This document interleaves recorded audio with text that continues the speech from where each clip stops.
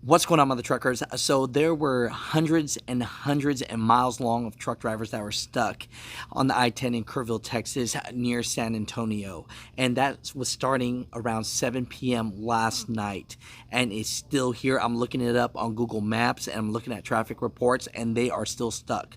You know, I'm getting emails from truck drivers that they are getting hungry. Some need to pump fuel. So all I have to say is, what's going on out there? Mother truckers, if you are out there on the I-10 right now and you're stuck, can you email me and send me messages of the conditions? They say it's icy as heck and is so dangerous. So, mother truckers, if you're on that I-10 section and you're anywhere around that San Antonio area, just remember, extremely icy today, and a smart driver would pull over or stay at the truck stop.